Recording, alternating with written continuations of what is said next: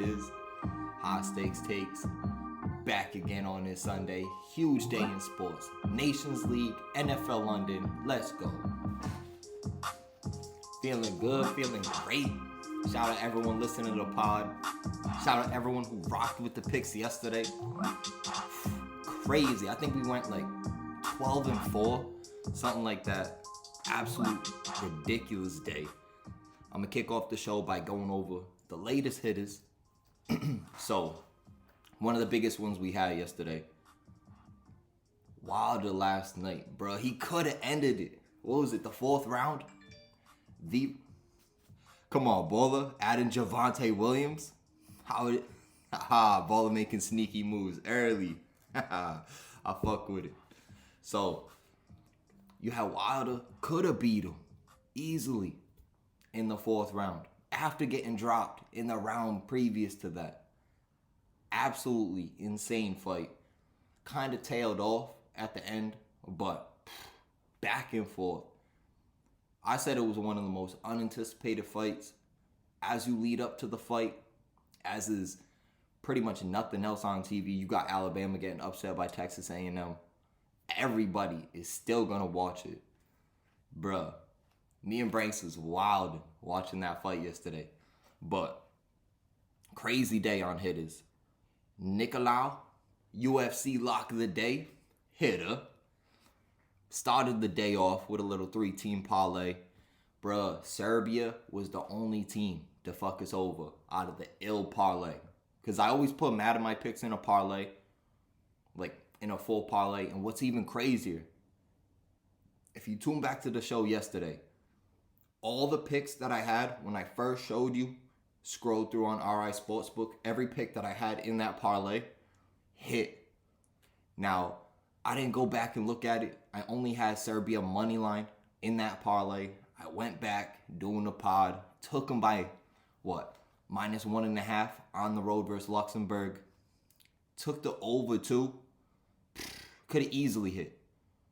Missed some chances on net, some great saves, but bruh, so close to that crazy hitter.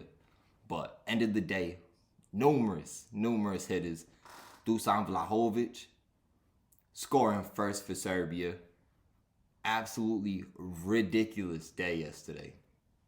So, back cooking. We have like 8-9 hitters over the past few days. Going crazy. Pick percentage on Pluto. Let's keep cooking on this Sunday. We got UEFA Nations League playoffs. Third place game starts at 9. You have the final, 2:45 p.m. Spain versus France. That game's gonna be ridiculous. Absolutely ridiculous. Kylian Mbappe, Griezmann, Benzema, Pogba in the middle with Verratti. Absolutely ridiculous. And then some CONCACAF, Panama versus USA, Jamaica versus Canada. In the other lock, we got Mexico versus Honduras. Make sure you stay tuned for that. Going crazy on the soccer locks. We also got Dfs Sleepers for you. Sleepers, more like value plays to go along with my locks. Over the past few weeks, continuing in the money. Debo Samuel last week to go along with Matt Ryan in that Cordarrelle Patterson stack. Let's go. Got more sleepers, values, and locks on the DFS slate for you. And we're in this contest. Only 16,000 people. 100K to first. I think we got a good chance on this one. I took out some of the players that I had in there because you already know I'll give y'all some locks, but not obviously every player ain't gonna hit, which it could happen. It could have. We done do the research for it, but what are the chances, right? But Sunday, any given Sunday, you never know what could happen. So, gonna be a hell of a show. Ending it off with my NFL locks of the day. We got NFL props covering the latest injury news and latest news in the NFL to go along with Branks' locks. Now, I told that man, you ain't have to pick every game. We were going through it last night. Bruh. Branks picked every game between 1 o'clock and 4 o'clock. So let's see how his record does. Told that man to call into the pod. He's like, I don't want to be on camera. Bro, come on. Come on. Grow a set. Hop on camera. Make your picks. Put your word to it. But we got Branks's locks too. Let's get into it. Gonna be a hell of a show.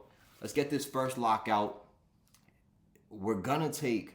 Now we got Belgium versus Italy at 9 o'clock. Third place game. We're going Belgium on this one. For sure. Lukaku, Kevin De Bruyne. Come on. Absolute filthy team. Now, if you look, you got Belgium, who's coming off a 2-0 first half versus France. 2 goals within 4 minutes. We sent out Lukaku. And I don't know if y'all realize, but if you see my picks on Twitter, any pick with a lock, obviously that's a lock. Any pick with that lightning bolt, that's the flyer we're throwing out there. First goal scorers, so dope to watch. We hit them here and there, but and it's not even here and there. The amount and the odds that we hit with those first goal scorers, to even predict someone scoring first in the game, that's absolutely ridiculous.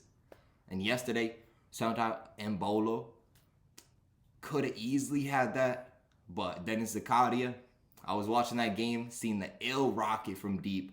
I turned the game off. I look back around halftime. They ruled that goal out? What? That's absolutely insane. That was an absolute filthy goal. The curve on it from deep, what, about 30 yards out? Come on. You ruled it out? That's crazy.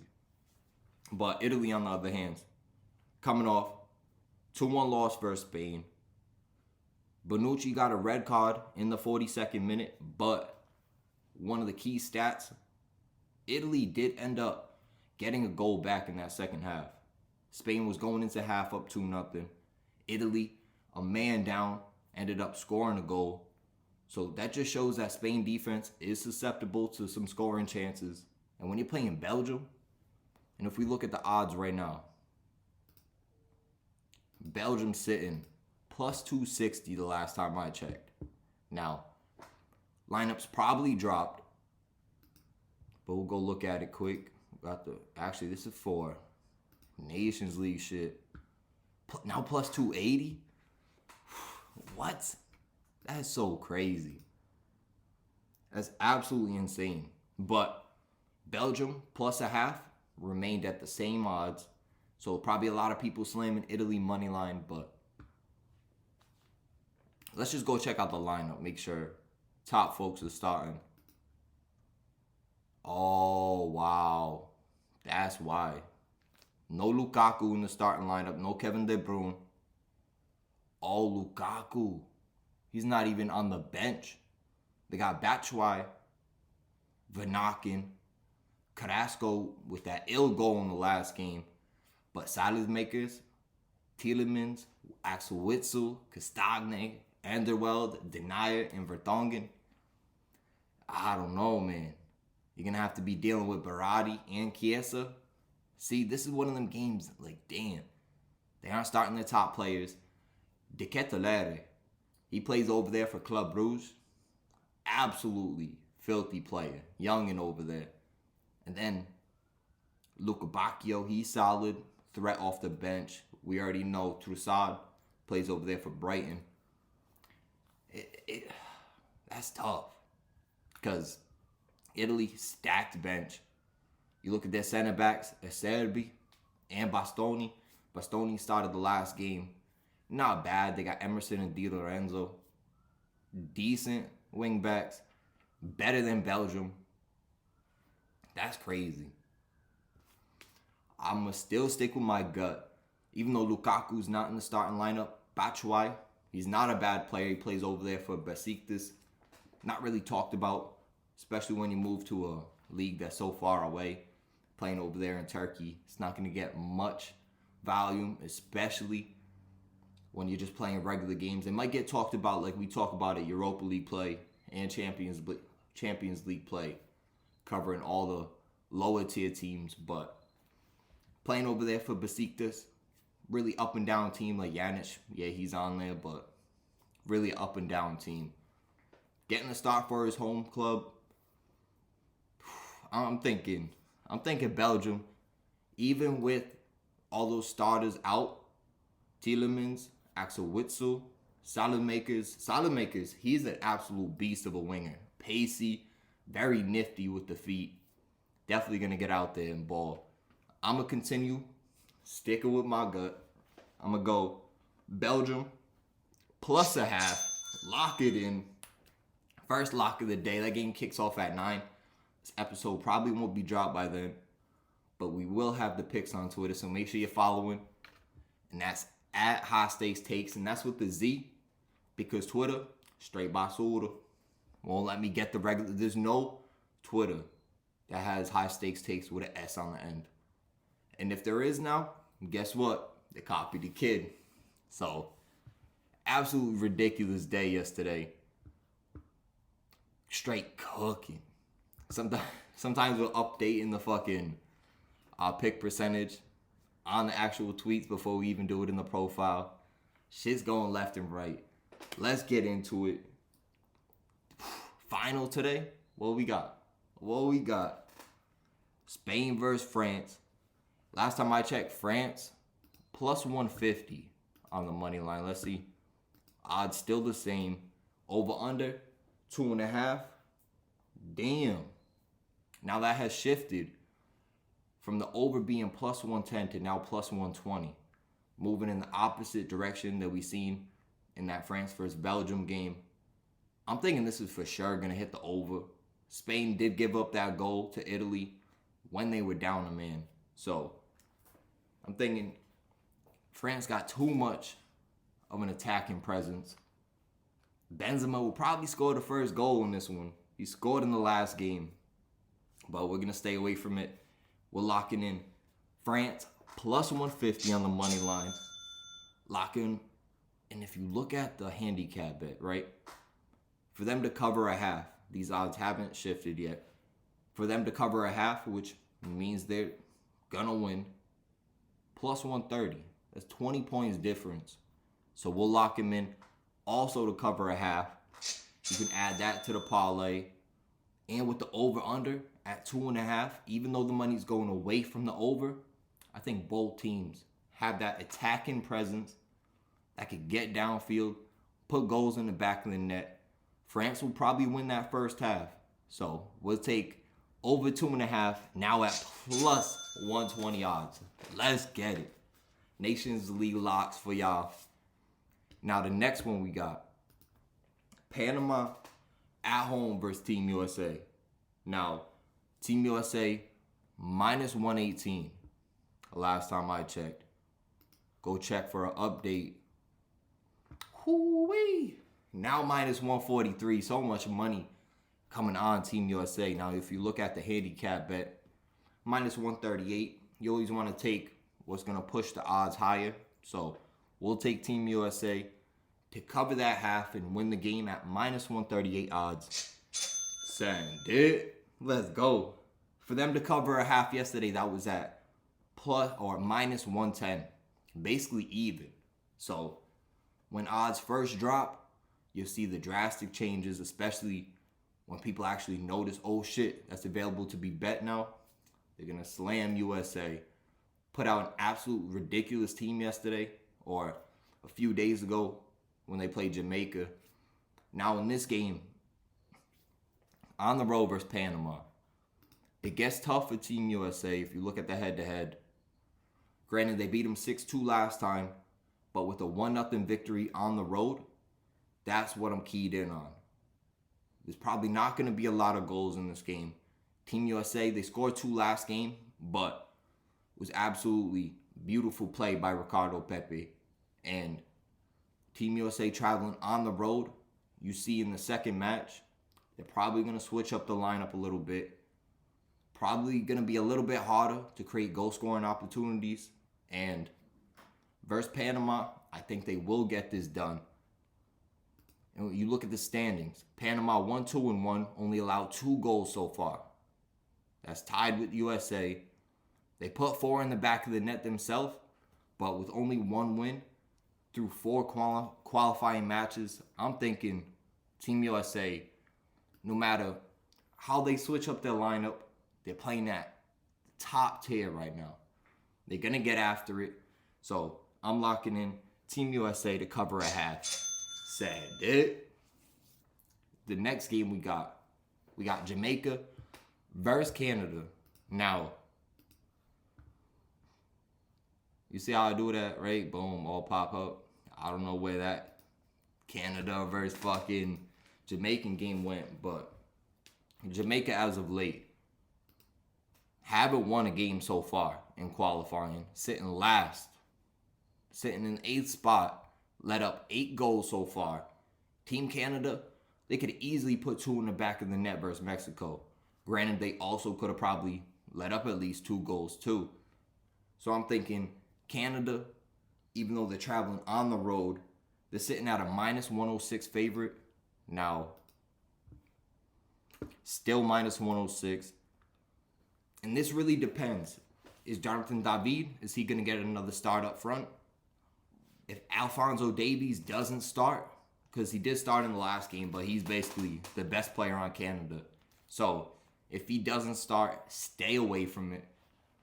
But make sure game kicks off at 6 o'clock p.m. Eastern. With the over-under, now at 1.5. Come on. I'm going to take the over and Canada. You see the odds right there for them to cover a half. Plus 100 odds. Send it. Pretty good difference from minus 106. Will put you even getting, if you say you bet 100, getting 100 back. Or winning 100, getting 200 back. Absolute good bet right there. Canada, especially versus a Jamaican team who allowed 8 goals without a win so far. Lock in Canada to cover a half at plus 100. And we're going to lock in over 1.5 goals. Shit, I was going to lock in over 2.5. I think Canada will dominate this game on the road. Lock them both in. And for the last lock for the CONCACAF qualifiers. Now, you have Mexico at home versus Honduras. Now, Honduras, plus 1,200. They don't really play Mexico well in their meetings. As you see, Mexico at home, dominating. 3-0 victory in their last meeting. Granted, in that little international friendly, you can't really pay attention to that. That was tied 0-0. But in the previous game, 3-2 when they were traveling on the road to Honduras. But their previous 2 home games didn't allow a goal and haven't allowed a goal in their past 4 meetings at home versus Honduras. So I think Mexico in this game, they have the ill attacking presence. And with them favored by 1.5 on that handicap bet, that's what we're going with, minus 138. Could that be a trend for these games? That's the second so far that I just seen at minus 138. Just noticed that right now. So locking in them to cover 1.5 goals. They'll probably put up at least 3, but I'm going to stay away from the over-under on that one. And that's the soccer locks for today. Yesterday, through our New York Red Bulls randomly, we didn't even have it on the show. We were just cooking like crazy. Ended up winning, but didn't hit the over 2.5, which it could have. A Higuain goal ruled out. Shot at the end, I think in like the 90th plus 5 of extra time. Didn't get a shot on net. That's absolutely insane to be breaking away 2-on-1 and get a shitty shot on net or no shot on net at all.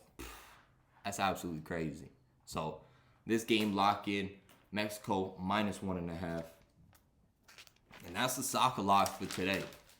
Let's go. Let's have another day. It's 8:21. As soon as that game kicks off at 9 o'clock, I'm betting Belgium to win that first half. Batshuayi, first goal scorer. Nah, don't get too crazy. But dead ass though. I mean, if you look at it, Damn, now they're plus 300, and that's guaranteed. I guarantee you that's because of the lineup they put out. But I'd be wary about it. Them plus 300, probably not the best. It might end up tied, but I think Belgium will play a tough game versus Italy. Especially Italy losing their last one. Might get tough for them, but you see Lukaku not starting, Keane not starting, Berardi, yeah, he's starting, but wouldn't worry too much. Insigne not starting. Batshuayi, plus 550 to score the first goal, and Chiesa plus 600. One of those is going to hit. I don't know which one to throw out there, but one of those will hit. High stakes takes guaranteed. Oh shit. Cooking back on a Sunday. NFL game. NFL London starts at 9:30. Jets versus Falcons. Let's fucking go. Zach Wilson, the young buck, versus the old vet and Matt Ryan. Straight Matty Ice. Ice in the veins. Come on. So, let's get into the NFL. We're going to kick things off with my DFS value plays, sleepers, and locks. Now, let's get into the quarterback position where we got couple sleepers. My lock of the week, Daniel Jones, sleeper. Absolute sleeper versus Dallas. Probably won't be a high percentage owned. We hit Matt Ryan last week. I'm thinking divisional game. Dallas last week, they let up 301 passing yards and 4 total touchdowns to Sam Darnold. And granted, they got those couple picks, right? Hell of a defense in taking away the ball. But they do let up yards. Like, through the air, to even let up 301 yards to Sam Darnold? Come on. Come on. You got to get after the passer. They sacked him at least a few times. And with Daniel Jones, how he's been balling out lately, we'll go and look at his recent stats, averaging almost 24 fantasy points per game. Beat the Saints last week, and Saints have a tough defense. Only has 2 touchdowns or 2 passing touchdowns in one game this year. But one of those things you have to worry about with Daniel Jones. A little surprising, but it's his footwork and him dipping down the sideline, scrambling, finding that open field. So we're hoping for a couple decent runs. Hopefully he finds the end zone, because when he gets a rushing touchdown and a passing touchdown, he's at least above 21 fantasy points. You're kind of hoping for that huge day out of him, but I think in a divisional matchup versus a defense that I think a lot of people are on, but if you look at the stats, they did give up 301 to Donald. Now the Cowboys, on the other hand, Panthers defense, granted they let up 36 points, right? But if you look at Dak, only 188 yards passing. They rushed, I think Dallas as a team rushed for like 250 yards. So that was our weakness right there. Now we got Shaq Thompson out for this week. J.C. Horn out for the year. Shout out that man, rookie, straight savage. Panthers picked up Stephon Gilmore. Will probably be in the lineup, I'm thinking week 7, week 8. Because they're saying he can come off the PUP list, I think week 6. So him being out there, they're saying he returned home. I can't wait till next year. 2 boys out of South Carolina. J.C. Horn, Stephon Gilmore. They're going to be out there balling. So I can't wait to see how that defense pans out, what moves we make in the offseason. And we shouldn't get too far ahead of ourselves, because the offseason, you never know what could happen during the year. Holding Dak to 188 yards, that's sneaky. Even though he did have 4 touchdowns, but that's one of them things, man. But if you look at Daniel Jones, sleeper for DFS, at least 32 passing attempts in every game this year. Only eclipsed 300 yards once, and that's when he hit 402 last week. But I'm thinking going up against Dallas can let up some shit on the ground to the quarterback, as we seen last week. They just cut Jalen Smith, who was picked up, like, I think same day or next day by the Green Bay Packers. So I think they're dealing with a little, I obviously don't know behind the scenes, but to make a crazy move like that after you went and drafted a player knowing he had that knee injury, drafted him knowing, all right, we're going to give you time get your legs back under you, and then you cut him. This has to be some shit behind the scenes. I don't know if it's a chemistry thing. They are coming off a pretty good week and a pretty good win versus Dallas, versus Carolina, which we said we aren't betting against our team, but we thought Dallas was going to win that.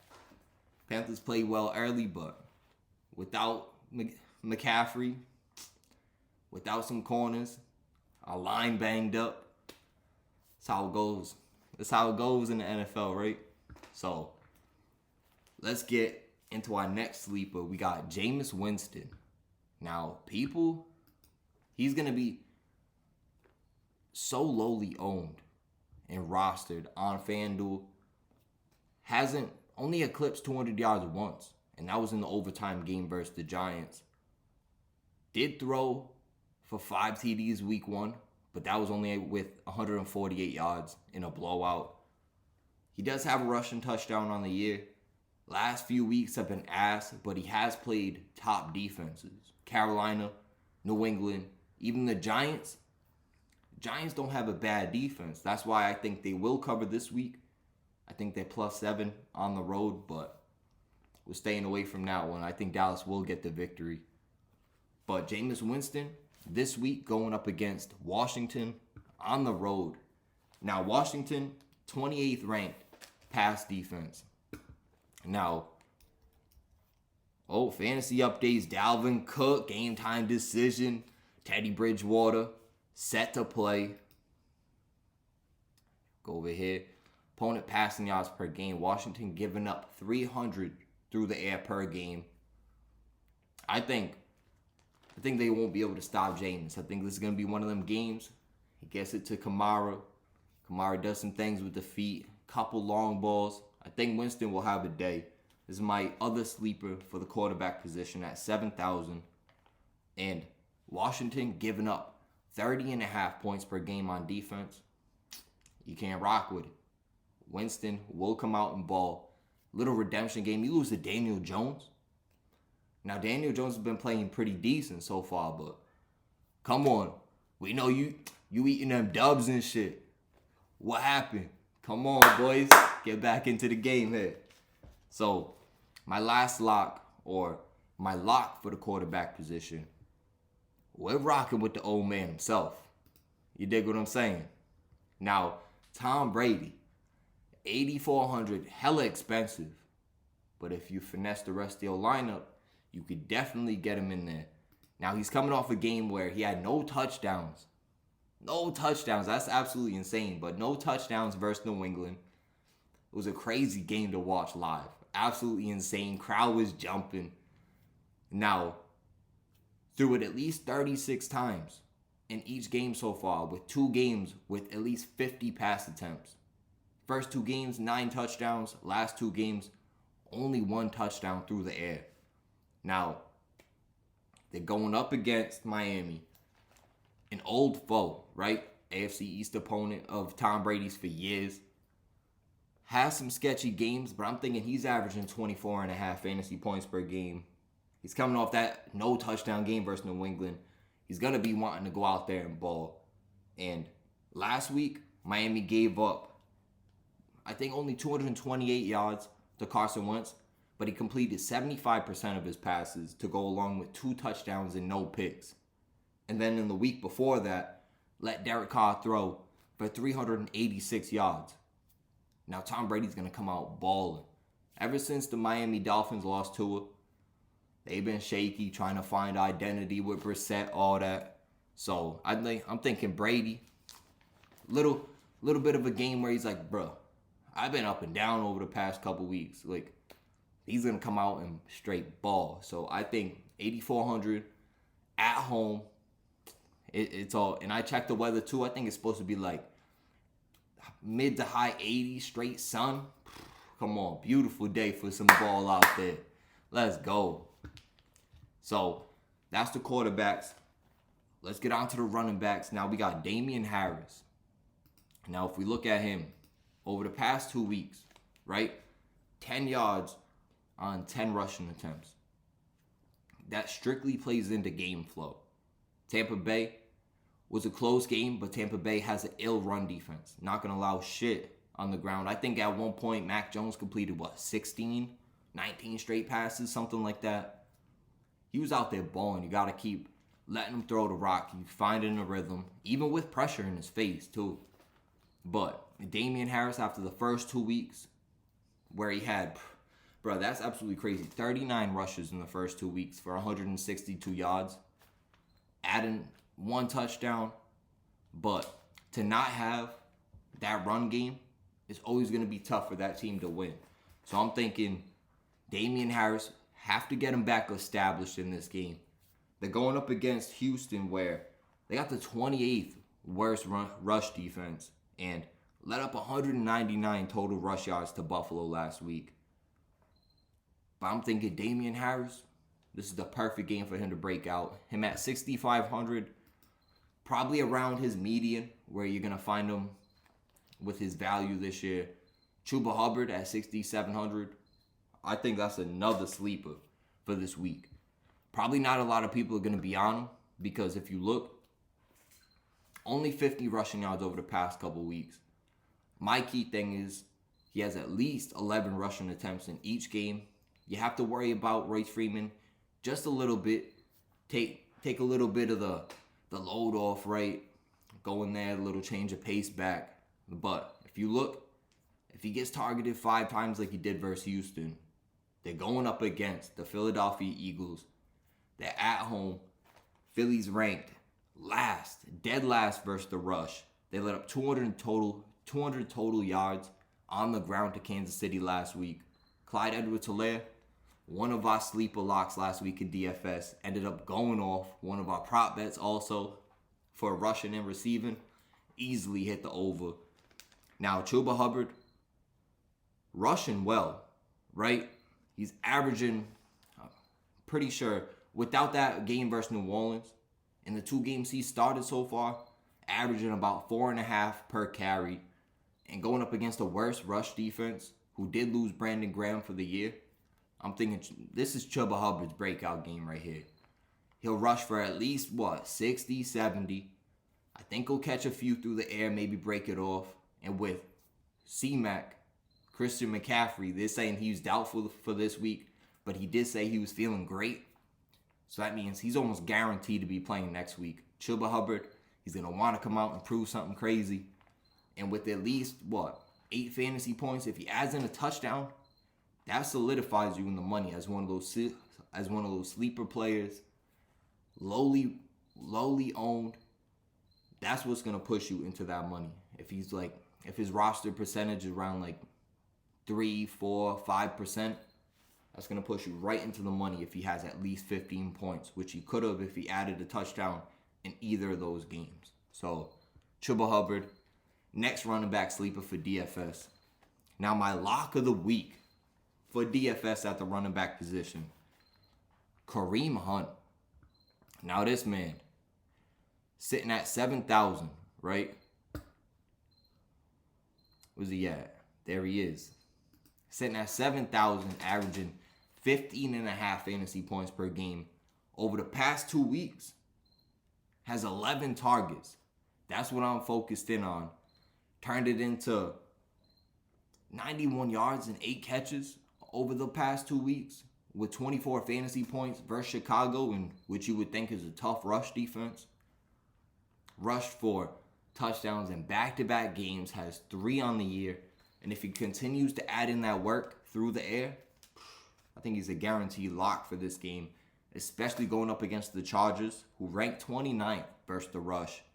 And they're letting up 140 rush yards per game. And Kareem Hunt, averaging those 15.5 fantasy points, 3 touchdowns, even as being the 1B, maybe even backup running back. Granted, yes, he's technically the backup on depth charts, but he's really that 1B, that combo with Nick Chubb. Absolute beast of a tandem over there in Cleveland. And when they're going up against the Chargers this week, they're the underdog on the road. I'm thinking Cleveland's going to get that done. Cleveland with that top defense. Herbert torched the Las Vegas Raiders last week, but I mean, who really isn't torching the Las Vegas Raiders, right? So, Kareem Hunt, lock of the week for the running back position. Send him in there. 7,000, I think that's hella good value. Now let's get into the wideouts. Justin Jefferson, lock of the week for DFS. 8,000 versus Detroit. And granted, Detroit, 16th versus the pass, but giving up 250 yards per game through the air. Jefferson, 3 straight weeks with a touchdown and at least 6 catches.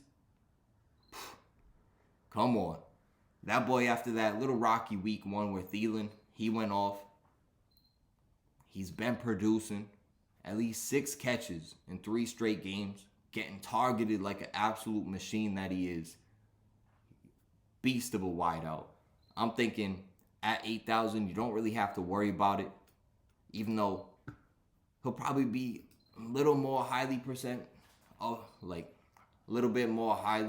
owned, but 3 straight weeks, at least 6. You see that game versus Seattle. 9 catches on 11 targets for a tutty. 3 straight touchdowns, at least. And that's good shit. Even with that slow week 1, targeted 9 times, turned it into 71 yards. If he has another touchdown in that game, that might be his 2nd best performance of the year. So, really comes down to touchdowns. And I'm thinking divisional matchup versus Detroit. Detroit doesn't have the best secondary. I'm thinking Justin Jefferson, he's going to get deep, be a target machine. And with Dalvin Cook being a game-time decision, relying on Madison, the backup running back, it's going to be tough. You already know Kirk Cousins. He's going to come out slinging the rock. So, lock of the week, Justin Jefferson, 8,000 on FanDuel. Now, my next one, this is a value play. Kind of a sleeper coming off a week where he was injured 2 weeks ago, came back versus Green Bay, 9 catches on 13 targets for 92 yards and a touchdown. Absolute beast. And with at least 10 targets in every game so far this year and 9 catches in back-to-back weeks, I'm thinking versus Denver, people are probably going to stay away from it. Now, Denver ranked 6th versus the pass, but if you look at them last week at home, they're dealing with numerous injuries on that defensive side of the ball. Even though they do have the pass rush, already lost Bradley Roby for the year. And when they got Patrick Surtain, the rookie corner, I think he's even questionable. There's numerous injuries on that side of the ball. So, Deontay Johnson, the number 1 target for Big Ben, and Denver gave up 316 yards to Lamar Jackson. Now, I think he only has like a handful of 300-plus yard throwing games in his career. Now, he just had one last week. A bit surprising. We took Denver to win that game. Ended up not getting it done. Bridgewater got knocked out with a concussion. But that's really a bold little stat for that defense. A defense which ranks top in the league, but giving up 316 to Lamar, I'm thinking that just proves Big Ben coming into that game, he's going to, I don't know what the fuck he's going to do. One thing I do know, he is going to target Deontay Johnson. So, Deontay Johnson, 2 touchdowns out of 3 games so far this year. 10-plus targets in each game. Back-to-back weeks with 9 catches. Come on. He's an absolute stud. And I'm picking him because at only 7,000, a decent amount of people are probably going to stay away because they are going up against Denver. And they have been seeing what Big Ben's been doing. But I think he's a guaranteed lock this week. Little lock value. My sleeper for this week at the wide receiver position. Now, last week, we threw him into a lineup. Didn't know how he'd do. Didn't put him on our list of sleepers. But Kadarius Toney, in his first start last week, 6 catches on 9 targets to go along with 78 yards. And say you swap him out. Say he catches that ball instead of John Ross, right? That 50-yard bomb for a touchdown. Everybody would be all over picking him up off waivers, starting him. But I think because he didn't catch that touchdown, people are not really going to be on him that much. Pretty low percentage rostered. And going up against Dallas, who ranks 31st versus the pass, sitting at only 5,300 and getting his second straight start with Sterling Shepard and Darius Slayton out, I'm thinking he's going to be an absolute monster in this game. He's going to be tough for Dallas to cover. He's that shifty wide out. I'm thinking this will be a high-scoring game. So Kadarius Toney at 5,300, as long as he gets that touchdown, he will be an ill value at that price. So sleeper, lock it in. Let's go. Let's go. Kadarius Toney, let's send it. And then, bro, the tight end position has been fucking us up. We Hawkinson, we go Kelsey. Kelsey end up not doing shit for the first time this year. But I think we locked in this week. Now, Tampa Bay, missing Winfield, missing Carlton Davis on top of already missing Murphy Bunting. Numerous injuries in that secondary. Now, Gesicki, 5,600. Now, I seen last week Dalton Schultz was the one to push players into that crazy money. Now, Gesicki over the past 2 weeks, 15 catches on 18 targets, turning that in 143 yards in a tutty. Now, I'm thinking in this game versus Tampa Bay, obviously Miami's going to have to throw the ball. You have Devontae Parker questionable. They got Jalen Waddle. The run game isn't going to do shit against Tampa Bay's rush defense. And you don't have Winfield out there. Winfield picked off Mac Jones last week. Read the play perfect, even though Mac did kind of throw it into double coverage over the middle of the field. But picked him off a deflection. I'm thinking with him out, so many players out on that secondary, and Gesicki really being Jacoby Brissett's top target over the past 2 weeks, I think this is a guaranteed lock. Now, he needs that touchdown, but Tampa Bay ranking dead last versus the pass. They gave up 275 yards and 2 touchdowns to Mac Jones in that rain game last week. Now, that's a little low-key stat. 2 touchdowns for Mac Jones for 275 yards. That just shows that Tampa Bay secondary, adding Richard Sherman last week, still not up to par. And Richard Sherman, right? He hasn't played in a while, coming back out there. And I'm thinking he's not going to be able to clearly do everything. So Gesicki over the middle. He's going to be an absolute target machine this week versus Tampa Bay. And Tampa Bay could keep it close. The odds shifted from 9.5 to 10. Could even have shifted more. But I'm thinking Gesicki, tight end lock of the week at 5,600 versus Tampa Bay. Lock him in. Let's go. Let's fucking go.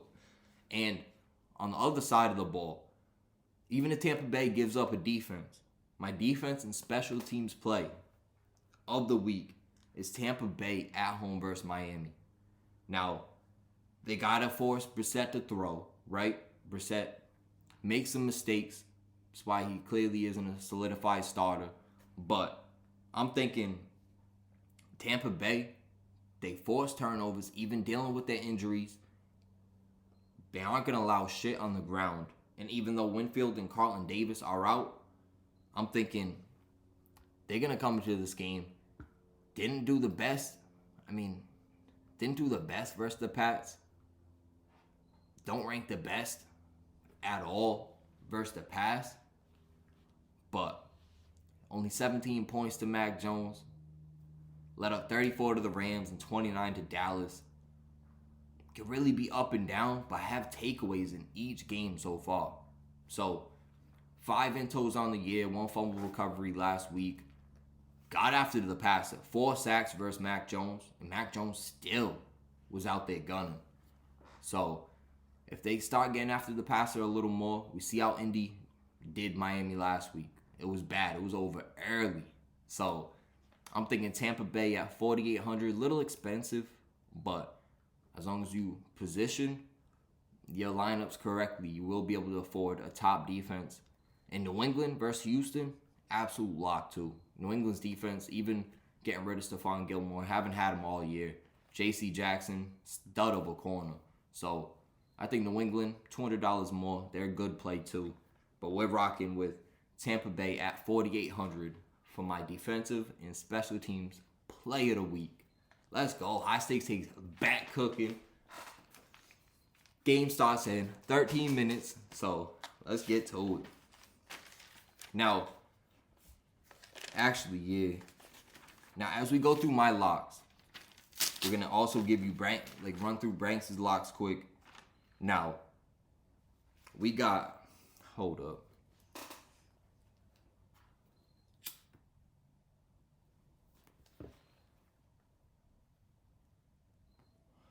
Now, we got a 9:30 game, and now we're gonna drop this early. We got Jets versus Atlanta. London game, you never know what could happen. But Atlanta favored by 2.5.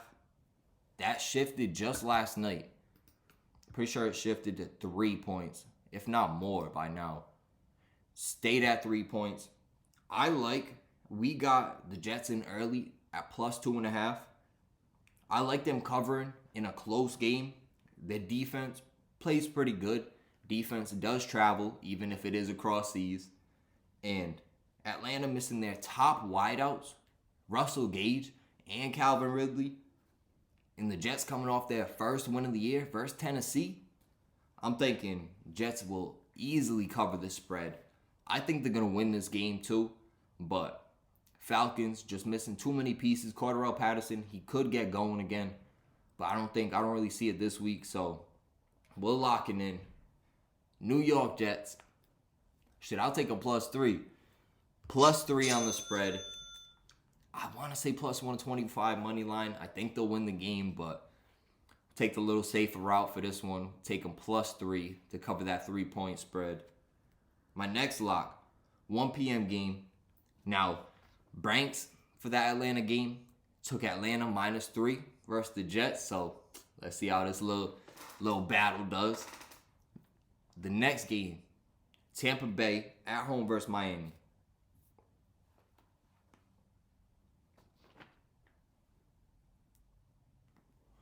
Now, Tampa Bay, coming off that sneaky victory versus New England, kind of got lucky, but Brady would have had that opportunity to drive downfield with like 50 seconds, couple timeouts. Not that he would have did it, but that would have been even more legendary to watch. But New York Jets will take them on the spread. Tampa Bay, I'm not sure they'll cover the 10-point spread. Ooh, but Tampa Bay money line did shift from -475 to now -550. So I think people are just slamming Tampa Bay to win outright, really staying away from the spread. Branks picked Tampa Bay to cover 10. I'm going to take Tampa Bay on the money line. Now it's -550, so that's what we got to rock with. Add it to the parlay. The next 1 o'clock game that we got for y'all. Now, Carolina versus Philly. We're staying away from this one. I think Philly will win this game. Now, Christian McCaffrey, Shaq Thompson, along with 2 linemen out for the Carolina Panthers. And you got Philly. Granted, they have the worst rush defense, but they can put up some numbers. Them versus Carolina. Carolina didn't look the best versus Dallas, even though they held Dak to 188 yards through the air. They did give up 4 touchdowns. We're going to lock in nothing for this game. But Branks did take Carolina -3 on the spread. Now, them at home, he said it didn't matter who was out for them, which is kind of crazy, but it's how it goes sometimes. But on to the next game where we got, actually,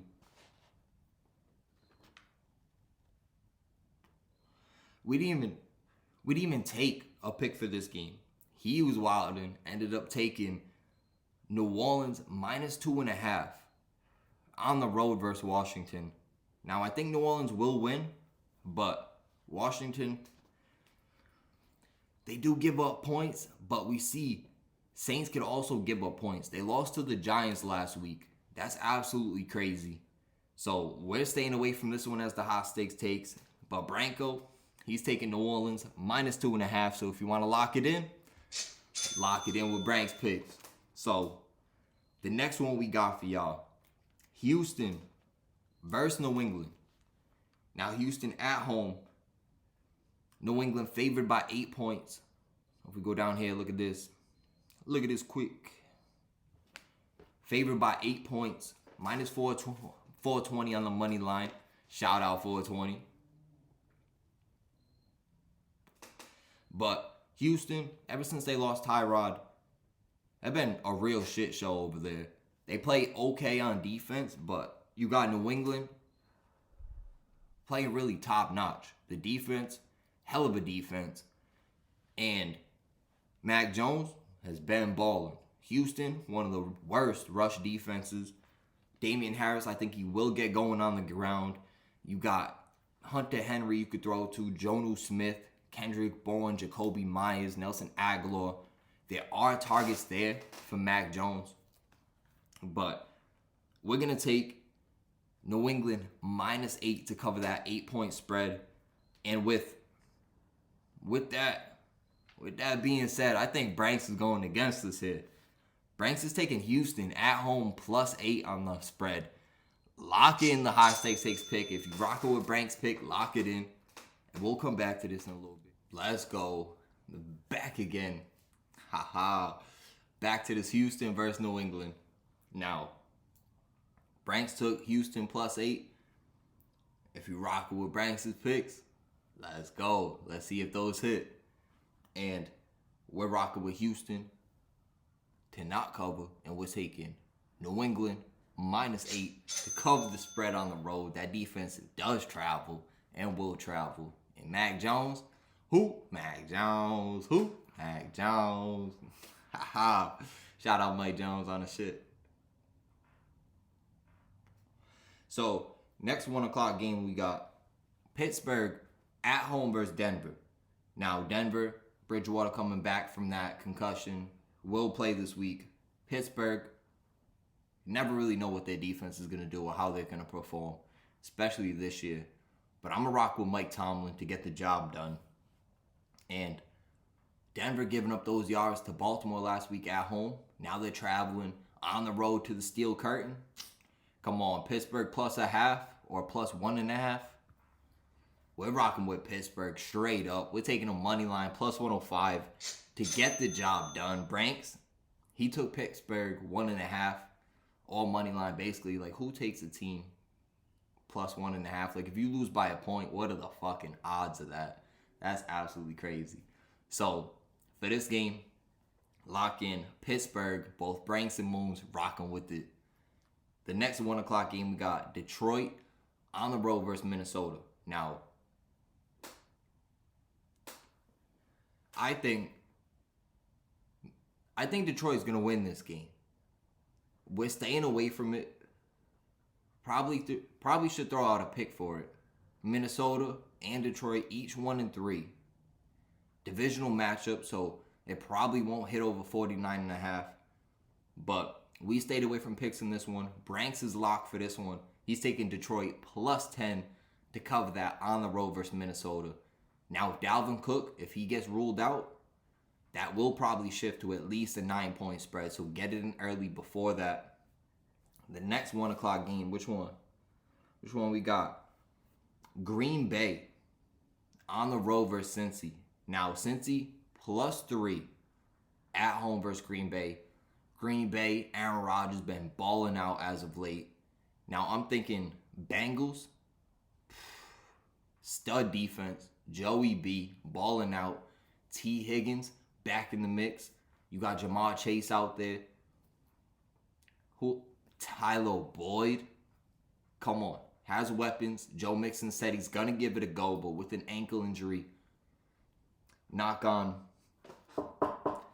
wood. Hope it don't happen. But that's something that can get re-aggravated very easily, especially being a running back.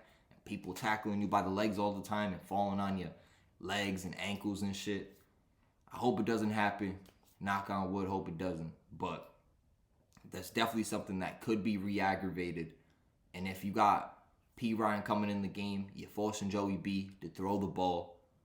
I'm thinking Green Bay Packers on the road to get the job done. We're going to take them minus 150 on the money line. And Branks going against the grain, taking Cincinnati plus 3 to cover the spread. Lock it. Fuck it. Lock it in if you're rocking with his toe. And the next 1 o'clock game we stayed away from in the last 1 o'clock game. Tennessee on the road versus Jacksonville. Now, Tennessee's been playing up and down as of late. Just lost to the Jets, which is absolutely crazy. Now, Tennessee, stud run game over there with Derrick Henry. A.J. Brown returning, now back in the lineup. And Julio Jones still out. I don't know if forcing Tannehill to throw the ball as much. Even with all those, we'll actually go look at it quick. Even with all those rushes, Tannehill has still been forced to throw the ball at a crazy number. Last week, threw the ball 49 times. 2 weeks ago, threw it 40 times. Now, this is games that they're playing from behind, close games where they have to score points and throw the ball. And throwing it 49 times last week without your 2 top weapons at wideout, definitely not the recipe for success. So, I'm thinking in this game, you never know what's going to happen, especially divisional game. Tennessee traveling on the road. That was 4.5. Did that spread now change? We'll see if that has shifted. Still the same. We're going to stay away from this one. Branks locking in Tennessee to cover 4.5 going on the road. He's talking Vrabel versus a rookie quarterback. I fuck with it. So, lock it in for Branks picks. 4 o'clock games we're fucking with. Now we got Cleveland on the road versus the LA Chargers. LA Chargers, decent defense, can get after the passer. Derwin James, secondary's pretty solid. But I'm thinking Chargers don't have the best rush defense. Probably going to give up some numbers on the ground. And what does Cleveland do best with Chubb and Kareem Hunt? They run the ball. And they're going to run the ball in this game. Going on the road. I'm thinking Cleveland gets it done. That's a minus 2.5 spread. Let's see if that has now shifted. Still at a 2.5 spread. I'm going to take Cleveland plus 2.5. Lock it in. And Branks going against the grain here. Taking the LA Chargers minus 2.5. Bruh, it's really a pick'em game. You never know what could happen. If I'm thinking Browns defense, top notch so far. Herbert, still second year being quarterback, can make some mistakes, but versus a Browns team, I don't think he'll have the best game. So, Cleveland, I'm going to take them to cover. Branks taking LA Chargers to cover 2.5 and get the victory at home. So, hell of a 4 o'clock slate also. Now, the next 4 o'clock game, we got Dallas at home versus the Giants. Dallas minus 7 on the money line. Minus 7 on the spread, minus 330 on the money line. You got the Giants coming off a big win over New Orleans. Can Dallas get it done? Can their defense step up and get turnovers when it matters again? I don't know if it'll happen versus Daniel Jones in this divisional matchup. So, my lock is Dallas minus 330, but I could easily see the Giants winning.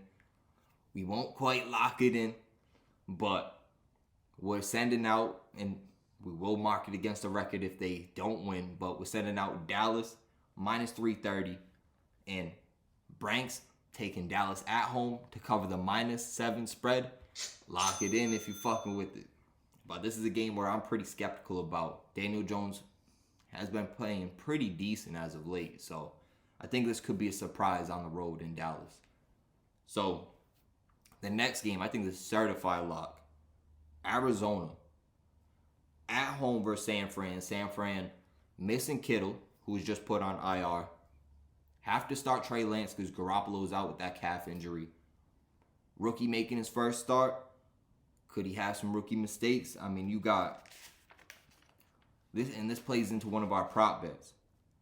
Arizona going up against a rookie quarterback in his first career start. Arizona has 4 picks in 4 games so far this year to go along with 10 sacks, and picked off Stafford in their last game, who a vet quarterback, and they picked off the rookie Trev Lawrence twice. So If that plays into anything with rookie quarterbacks, I think they will get the job done there. They will dominate and cover that now 5.5 spread. Actually, shifted to 5.5. Now it shifted back down to 5. Because when we were looking at it last night, Franks was like, fuck it. Whatever the spread is, take Arizona forward by 40. He locked in Arizona minus 5.5.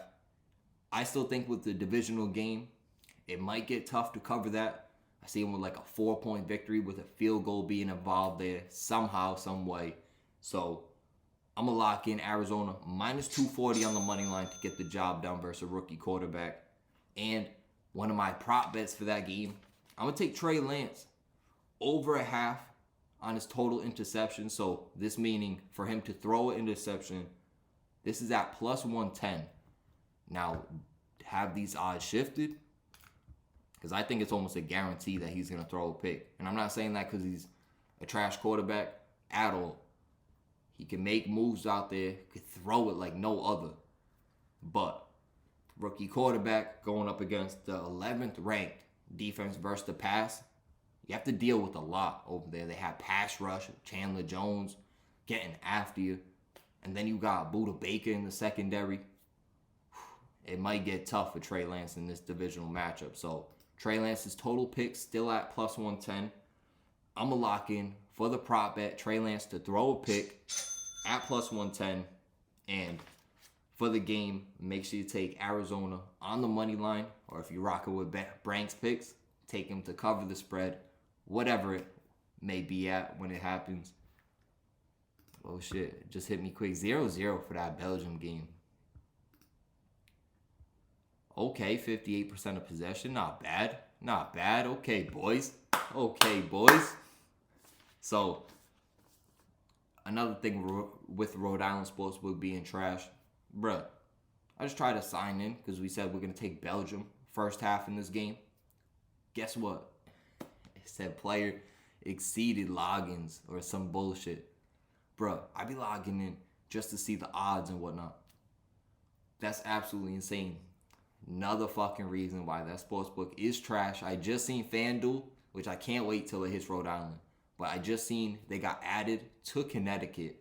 So, boys might make a trip to Mohegan Sun in a couple weeks. Maybe next week for the games. Send out an ill parlay because they do allow you to put like a 16-team parlay together. So, we'll see what we got cooking in a week or two for that crazy parlay. But can't wait for them to hit Rhode Island. Still makes no sense that they aren't in Rhode Island. You have to deal with this bullshit. So, I'm thinking to get into the Sunday night game. Actually, is there another 4 o'clock game? See, I stayed away from Chicago versus the Raiders. Raiders at home. Chicago starting Justin Fields. I was about to say Trey Fields. But starting Justin Fields, getting named starter. Rookie getting named starter, that has to be big different. He's talking about, I didn't even go out to eat with the fam to celebrate. Said, I've been locked into the playbook, watching film, all that. I think Chicago could surprise some people. And with Brank's pick being at Chicago, covering 5.5 on the road versus the Raiders, I think that could very easily happen. So, I'm going to stay away from it with picks in that game. Brank's locked in Chicago to cover plus 5.5. I like the pick. I'm going to stay away from it because I'm really unsure. And all these picks that we put out, bro, I swear, I think everyone's going to hit. Like, this shit's crazy. But that was to wrap up the 4 o'clock games. Now, the Sunday night game is going to be a spectacle. Absolute game of the week. Sunday night football, Kansas City, -3 at home versus Buffalo. Now, this is one I could easily see changing. If we go back here, go down to, see, there's still 3-point favorites, but for the Chiefs to win by 3, that's at plus 100 odds. So it's basically saying that it's the favorite for Buffalo to lose by 3 or fewer.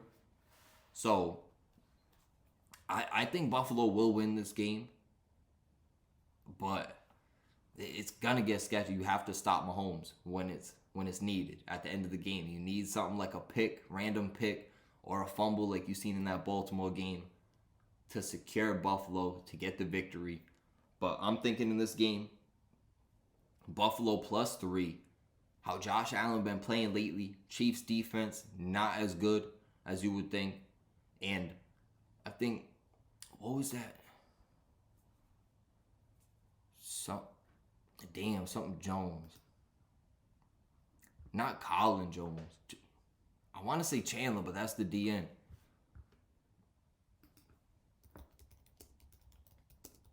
Jones Chiefs out. Chris Jones. I knew it was a C. Chris Jones sits out consecutive practices, questionable for the game. If Chris Jones don't play, that's going to be a tough loss for them on the inside. And we're locking in Buffalo +3. Branks didn't end up making a pick for this one. I asked him like 3 times, like, I'm staying away from this one. Didn't end up making a pick, so bowed out on a Sunday night game. But I think Buffalo will get the job done here to take us right into the prop bets where we got Devin Singletary. Now, his over-under on rushing yards is sitting at 30.5. That's absolutely crazy because if you go look here, let's see if it shifted at all. Still 30.5. That probably will shift, especially when people get to seeing Buffalo's going up against Kansas City's 31st ranked rush defense. Second to last in the league. Devin Singletary has over 72 yards in 3 or 4 games this year and has at least 11 rushes in every game so far. So the opportunities are there. If he only averages, under 3 a carry, if he gets 11 rushes, if he averages 3 a carry, he will hit over 30. Now, that's a shitty rush average. It could be a game where they're throwing it a lot, but they like to run the ball. Give up that little play action. Make sure they're always aware the rush is going to be there with Singletary and Zach Moss. But I'm thinking, for it to be over 30.5, for him to have 72 yards in 3 or 4 games, this is almost a gimme. This is almost disrespectful. Devin Singletary has been running the ball well this year. So, one of my prop bets locked in for the Sunday night game. Devin Singletary over 30.5 rushing yards. Lock it in. That's at even odds right now, but that will shift. I guarantee it. And we already told you Trey Lance to throw a pick. Now, Deontay Johnson. Almost every player that I have in my DFS lineup thinking they're going to go off. Everything kind of correlates. So, Deontay Johnson over-under at 6.5 receptions. Now, in this game, he's Big Ben's top target. 9 catches in back-to-back weeks. Targeted at least 10 times in the 3 games he played this year. They're facing Denver, but they gave up that season-high 316 yards through the air to Lamar Jackson last week. And with Deontay Johnson balling, I think this is a guarantee. Guarantee lock in over 6.5 receptions, especially with how banged up that Denver secondary is and just defense in general. So I'm going to take over 6.5 receptions for that one. See, let's just go make sure they haven't shifted.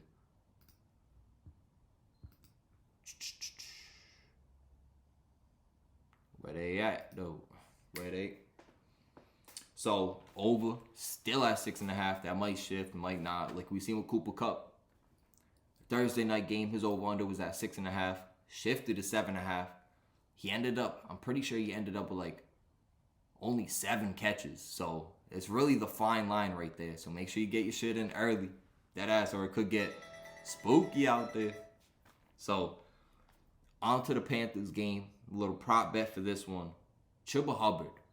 Now, he has, 57 rush yards in his last game. The game before that, he started 51. Now, averaging 4.5 per carry over the last 2 games. Going up against Philly in the worst rush defense in the NFL. I'm thinking if the Panthers defense stays on them, they're going to want to run the ball a lot. Get out of this game. Get to next week where they can get McCaffrey back. And I'm thinking this might be a close, low-scoring game. They're going to want to run the ball a lot. And my key component to this bet is Philly having the worst rush defense in the NFL and Chuba Hubbard averaging 4.5 a carry. If he gets at least 13 carries, he will hit over 63.5. And that's at even odds right now. But I think that's almost guaranteed. Guaranteed to hit. Now if we go over and look at, see if it has shifted. Rushing. Now, rushing attempts. I was about to say, damn, 15.5 yards. Oh, shit, see? From 63.5 now to 64.5. I'll still take the over. Lock in over, even if it shifts to 65.5, 66. I think he will have a decent breakout game in this one, especially with expecting Christian McCaffrey to return next week. Now, the next two, these are quarterback prop bets. You have Ryan Tannehill going up against the Jacksonville pass defense, who ranks 30th in the league. They're about middle of the pack versus the run, so even though Derrick Henry will get his numbers, it might not be the best day for Derrick Henry on the ground, especially with how much he's been running as of late. So Tannehill, averaging 37.5 pass attempts per game this year, throwing it at a crazy number. Having A.J. Brown return to the field is going to be huge. His over-under on passing attempts was at 31.5 last time I checked. Now, if we go look at this game, I think they're going to want to exploit Jacksonville's weakness. And with his passing attempts, it could have shifted. Still at 30. Actually, yeah, still at 31.5. I'm going to take him to at least throw the ball 32 times. I think he will have to. Tennessee, who wanted to throw Trev Lawrence to throw 2 touchdowns. I think Trev Lawrence will do that. So this could be a back and forth game of divisional foes. So I'm thinking Ryan Tannehill, over 31.5 pass attempts. Give Derrick Henry a little break. You know what I'm saying? Been rushing him like crazy. And granted, that's what he does. But you could tell, end of last game, rushing those crazy number of times, it wears on you. You're rushing the NFL. Crazy that he rushes that much, and he's an absolute dog. Not that it's not already known, right? Absolute beast over there for Tennessee. But I think Tannehill, he'll throw it at least 32 times in this game, especially with A.J. Brown being back in the lineup. Now, Jameis Winston. Now, this is a tough one. Go over here. Go look at Jameis. We have him as a DFS sleeper, but only has, 5 touchdowns the first game. In the last 3 weeks, only has over 1.5 passing touchdowns in one game, and that was versus New England. And that one he threw up there was a prayer. Lucky he even completed it for a touchdown, but hasn't thrown it over 23 times. They rush the ball a lot. But I'm thinking sneakily in this game versus Washington's pass defense, who ranks 28th in the league, giving up 300 passing yards per game. I'm thinking Winston is going to come out balling. It might get tough if they get the pass rush on him, but Winston, over 1.5 passing touchdowns at plus 130 odds. If we go look at the odds right now, let's see if it shifted. It might have shifted the other way, to be honest. So, Winston passing touch, still at plus 130. I think that will hit. I think Washington's defense, they give up big plays. We called Matt Ryan and Cordarrelle Patterson last week to have an absolute day versus them. They did. They didn't end up winning, which is crazy. They let up that last fucking touchdown at the end of the game. But we called the quarterback to perform versus them. I think back-to-back weeks, Jameis Winston, he will be gunning. I think he'll have at least 3 touchdowns through the air this game. So, I'm going to lock in Jameis Winston to wrap up our prop best for this week. Over 1.5 passing touchdowns. And that's at plus 130 odds. Let's go. Let's go. And that wraps up the show. See if there's anything I missed. Actually, let's run through the injuries and latest news quick. Jair Alexander for Green Bay, placed on IR. That's a huge loss for that secondary. Russ Wilson, hurt in the Thursday night game, fucked us over out of the prop bets. But out 6 to 8 weeks after surgery on that finger, that straight looked like that boy was throwing up gang signs with his middle finger. And that's tough. On the throwing hand, that's rough business right there. So David Montgomery, out 3 to 5 weeks. Make sure Damian Williams is not on your fantasy wire. And if he is, make sure you go pick him up and start him.